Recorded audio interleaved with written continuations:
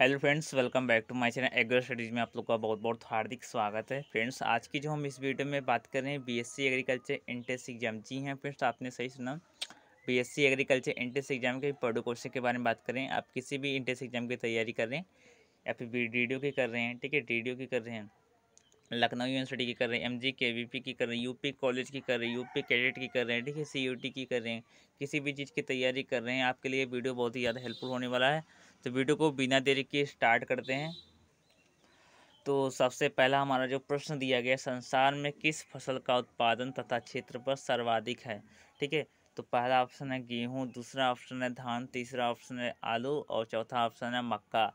तो आपको बता दूं कि संसार में सर्वाधिक क्षेत्रफल पर हमारा देखा जाए यदि फसल कौन सी है तो वो हमारी धान आती है, ठीक है।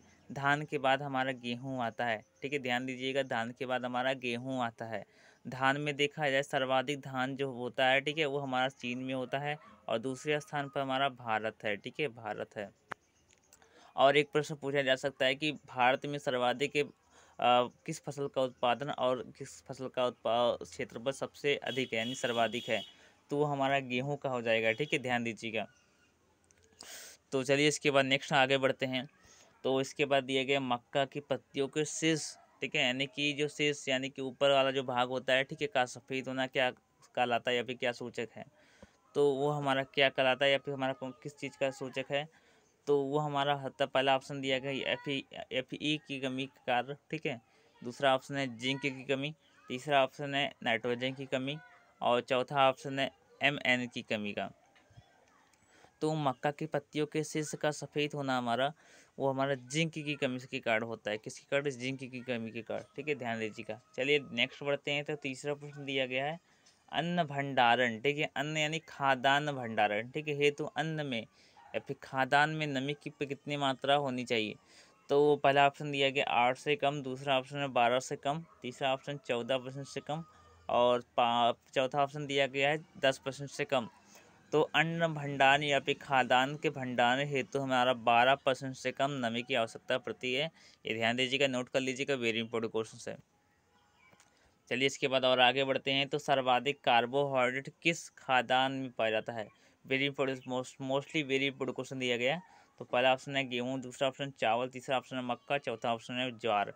तो सर्वाधिक मात्रा में यदि कार्बोहाइड्रेट देखा है तो चावल में पाया जाता है। कितना परसेंट पाया जाता है आप तो कमेंट करके जरूर बताइएगा, ठीक है, ध्यान दीजिएगा। और आगे बढ़ते हैं। तो पांचवा प्रश्न दिया गया हमारा दलहन का सर्वाधिक उपभोक्ता राष्ट्र कौन सा है, वेरी इंपॉर्टेंट है, ठीक है। तो दलहन में देखा जाए अग्रणी राज्य भारत है, चीन है, ठीक है। तो इन्हीं दोनों में से एक हो सकता है, आप लोग अंदाज़ा लगा सकते हैं। तो राइट आंसर हमारा है चीन, ठीक है। सर्वाधिक दलहन जो उपभोग करता है वो हमारा चीन करता है, लेकिन प्रोडक्शन जो करता है हमारा भारत करता है। चलिए इसके बाद और नेक्स्ट बढ़ते हैं। तो 6वां नंबर पर दिया गया सोयाबीन में तेल की कितने परसेंट मात्रा पाई जाती है। तो सोयाबीन में है हमारा, तो सोयाबीन में देखा जाए तो पहला ऑप्शन दिया गया 18 से 20, दूसरा दिया गया 20 से 22, तीसरा दिया गया हमारा 22 से 24 और डी नंबर पर दिया गया 24 से 26। तो सोयाबीन में जो तेल की परसेंट मात्रा पाई जाती है एग्जैक्ट वो 20 से 22% पाई जाती है। कितना, 20 से 22% पाई जाती है। यदि मैं प्रोटीन की मैं बात करूँ तो प्रोटीन में हमारा 40 से 42% हमारा क्या पाया जाता है, प्रोटीन पाया जाता है, ठीक है। तो ये भी नोट कर लीजिएगा, वेरी इंपॉर्टेंट क्वेश्चन है। और आगे बढ़ते हैं। तो दिया गया विश्व में कपास का सर्वाधिक क्षेत्रफल पाया जाता है। तो दिया गया है कि सर्वाधिक क्षेत्रफल में कपास की खेती कहाँ पर होती है, ठीक है। तो राइट आंसर हमारा क्या हो जाता है, रूस, ठीक है। चलिए और इसके बाद नेक्स्ट आगे बढ़ते हैं। तो 8वां नंबर पर दिया गया क्यूरिंग की क्रिया किस फसल में संपन्न की जाती है।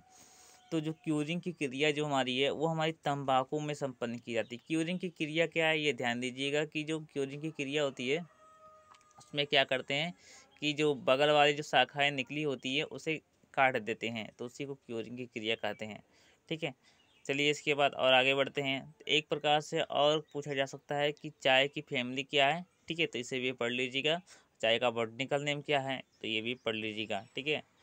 चलिए इसके बाद और एक और प्रश्न आता है कि तंबाकू का बॉटनिकल नेम क्या है। तो तंबाकू का बॉटनिकल नेम क्या है, तंबाकू, ठीक है, निकोटीना स्पेसीज। निकोटीना स्पेसीज क्यों है, क्योंकि इसमें तंबाकू की बहुत सारी प्रजातियां पाई जाती हैं। चलिए इसके बाद और आगे बढ़ते हैं। तो 9वां प्रश्न दिया गन्ने के रस में समग्र ठोस पदार्थ के प्रतिशत को क्या कहते हैं। तो गन्ने के रस में समग्र ठोस पदार्थ को हम क्या करते हैं, वो हमारा ब्रिक्स कहलाता है। क्या कहलाता है? ब्रिक्स कहलाता है। चलिए आगे बढ़ते हैं। तो दिया गया आयरन की सर्वाधिक मात्रा किसमें पाई जाती है? वेरी इंपॉर्टेंट क्वेश्चन है। सर्वाधिक मात्रा आयरन किसमें पाई जाती है? तो वो हमारा राइट आंसर है सेब। सेब में सर्वाधिक मात्रा में आयरन पाया जाता है, इसीलिए कहते हैं कि उसमें ऑक्सीडेशन की क्रिया अधिक होती है। क्यों अधिक होती है? क्योंकि उसमें आयरन की मात्रा अधिक पाई जाती है। जब हम चाकू के माध्यम से इसे काटते हैं तो क्या होता है कि वो हमारा काला हो जाता है, तो आयरन के कारण ही होता है। आयरन क्या करता है कि ऑक्सीडेशन क्रिया में अपचयन का कार्य करता है, ठीक है, एक प्रकार से। तो वेरी गुड से आम का सॉरी सेब का बॉटनिकल नेम क्या है? पायरस मिलस है। क्या है हमारा? पायरस मिलस है, ठीक है। और एक और प्रश्न पूछा जा सकता है कि लीची का बॉटनिकल नेम क्या है? तो लीची चाइनीसिस है। इसकी ओरिजिन प्लेस हमारा जो है प्लेस, वो हमारा भी चीन है, ठीक है। अनानास पूछा जा सकता है, ठीक है। तो ये भी पढ़ लीजिएगा इंपोर्ट से, ठीक है। अगला आता है 11वें नंबर पर थायमीन, ठीक है। विटामिन बी वन, ठीक है, कि सर्वाधिक मात्रा वाला फल कौन सा है?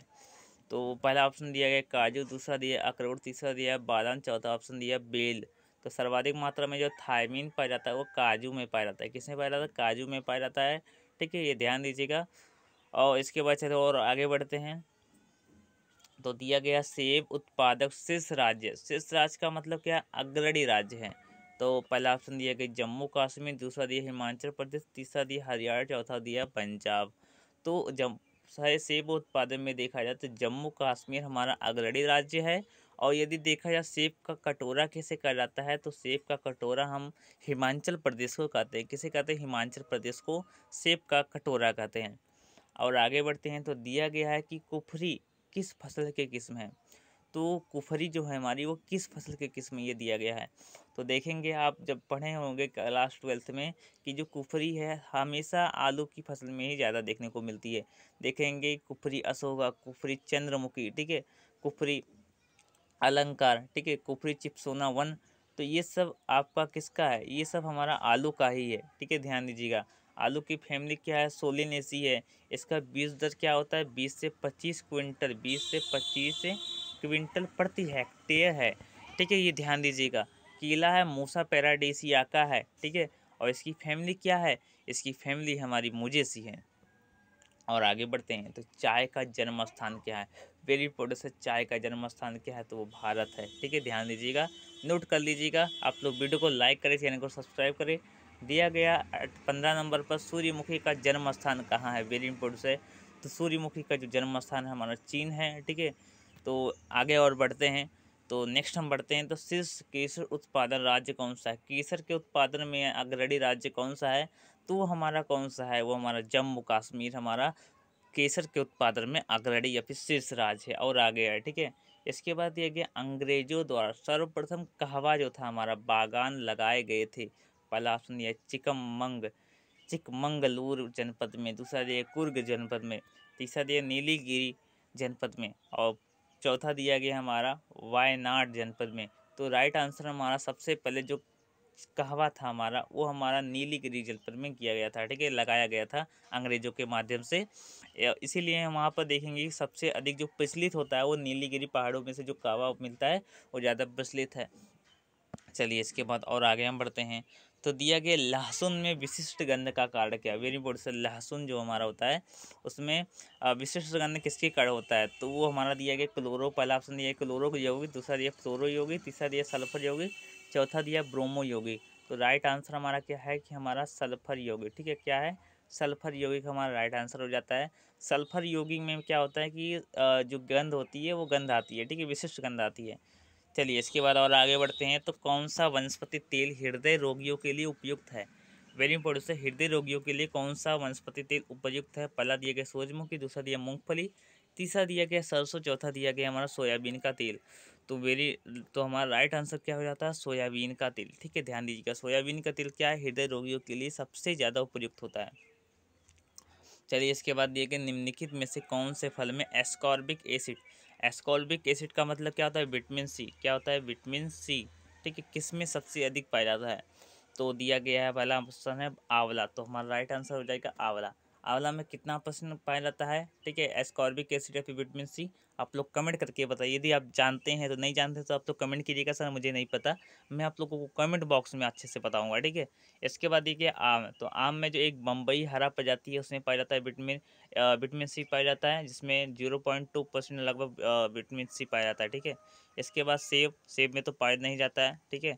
संतरा में पाया जाता है विटामिन सी, क्योंकि जितनी भी नींबू वाली की फसलें हैं उसमें सभी मतलब विटामिन सी पाए जाते हैं, ठीक है, अनिवार्य रूप से पाए जाते हैं। चलिए और आगे बढ़ते हैं, 1 मिनट वेट कीजिए। हाँ, तो नेक्स्ट दिया गया सर्वाधिक विटामिन ए किसमें पाया जाता है, वेरी इंपॉर्टेंट क्वेश्चन दिया गया है, सर्वाधिक विटामिन ए किसमें पाया जाता है। तो देखा जाए तो पके हुए आम में, गाजर की जड़ों में, पके पपीते में, ठीक है, और डी ऑप्शन क्या दे, पके हुए टमाटर के फल में। तो इनमें से हमारा जो उपयुक्त जो तीनों है, इसमें सभी में तीनों के तीनों मुख्य रूप से विटामिन ए के स्रोत है, लेकिन इसमें से सबसे अधिक किसमें पाया जाता है, ये तो बहुत ही वेरी पुरुष है। तो हमारा राइट आंसर हो जाएगा पके हुए आम में पाया जाता है, ठीक है। यदि सब्जियों की बात हो जाती है, ठीक है, वो हमारा गाजर हो जाता है, ठीक है। पपीता में भी पाया जाता है, लेकिन पपीता में हमारा आम के मुकाबले कम पाया जाता है। आगे आता है, निम्न अधोभूमि उत्पादित सब्जियों में कौन सी एक रूपांतरित जड़ यानी मॉडिफाइड रूट है, वेरी इंपॉर्टेंट है। तो हमारा क्या राइट हो जाएगा, शकरकंद, ठीक है। चलिए इसके बाद और आगे बढ़ते हैं, तो भारत में किसके आने से यहाँ मक्का की खेती प्रारंभ हुई, वेरी इंपॉर्टेंट, मक्का की खेती किसके आने से प्रारंभ हुई, तो वो हमारा हो जाएगा अंग्रेज, ठीक है। चलिए इसके बाद नेक्स्ट आता है कि, सॉरी इसमें गलत ऑप्शन दिया हूँ मैं, ठीक है, हमारा राइट आंसर हो जाता है पुर्तगाली। पुर्तगाली ने 1875 में क्या किया था कि मक्का हो गया, ठीक है, टमाटर हो गए, इत्यादि प्रकार की सब्जियों का भी मतलब भारत में प्रवेश किया था। आगे आता है पके हुए अंगूर में होता है, तो पके हुए अंगूर में क्या होता है ये बताना है। तो हमारा क्या होता है, गैलेक्टोज होता है, ठीक है, ध्यान दीजिएगा, वेरी इंपॉर्टेंट से गैलेक्टोज पाया जाता है। चलिए और आगे बढ़ते हैं, तो आगे प्रश्न दिया गया हमारा रोज सेंटेज, ठीक है, प्रजाति किस फसल से संबंधित है, वेरी इंपॉर्टेंट है। तो पहला ऑप्शन है गुलाब, दूसरा दिया गया अमरूद, तीसरा दिया गया लीची, चौथा दिया गया अमरूद। तो रोज सेंटेज जो हमारी सेंटेज जो प्रजाति है हमारी लीची की प्रजाति है, बहुत ही महत्वपूर्ण प्रजाति है, ठीक है, ध्यान दीजिएगा। अगला आता है सुपर स्टार, वेरी इंपॉर्टेंट है, सुपर स्टार किसी प्रजाति है, तो सुपर स्टार हमारी किसकी प्रजाति ये बताना है। तो जो सुपर स्टार हमारी एक आम की प्रजाति है, ठीक है। चलिए इसके बाद नेक्स्ट आता है, सेब की सुगंध मुख्यतः निम्नलिखित में से किस एक के कारण होती है, तो उसमें क्या पाया जाता है कि सेब में सुगंध आता है या फिर गंध आती है। तो वो हमारा आता है मैलिक एसिड, मैलिक एसिड पाया जाता है इसमें, ठीक है, मैंने आपको पहले ही बताया हूँ। आगे आते हैं, छिली हुई सब्जियों को धोने से कौन सा विटामिन निकल जाता है, तो वो हमारा कौन सा विटामिन होता है जो निकल जाता है, तो हमारा होता है विटामिन ई, ठीक है, छिली हुई सब्जियों का, ठीक है। चलिए इसके बाद और आगे आते हैं, मक्के की खेती की जाती है, तो मक्के की खेती किस समय की जाती है ये बताना है। पहला ऑप्शन हमारा खरीफ, दूसरा दिया है रबी, तीसरा दिया है जायद और चौथा दिया है वर्ष भर। तो वर्ष भर हमारा मक्का की खेती की जाती है, ध्यान दीजिएगा। अगला दिया लास्ट प्रश्न दिया, महाधान सुपर राइस विकसित किया है, ठीक है, तो किसने महाधान सुपर राइस विकसित किया था। पहला ऑप्शन है MS स्वामीनाथन, दूसरा दिया है GS खुश ने, तीसरा दिया है NE बॉर्लॉग ने, चौथा दिया गया PK गुप्ता ने। तो महाधान जो सुपर राइस था हमारा किसने विकसित किया गया था, किसने विकसित किया था, MS स्वामीनाथन, और दूसरा दिया गया GS खुश। तो हमारा राइट आंसर हमारा क्या हो जाता है, वो हमारा हो जाएगा GS खुश, ठीक है। चलिए आज की इस वीडियो में बस इतना है, नेक्स्ट वीडियो में मिलते हैं, तब तक के लिए बहुत बहुत धन्यवाद। इसका PDF मैंने टेलीग्राम चैनल पर प्रोवाइड कर दिया है, आप लोग जाकर देख सकते हैं। धन्यवाद, जय हिंद, जय भारत।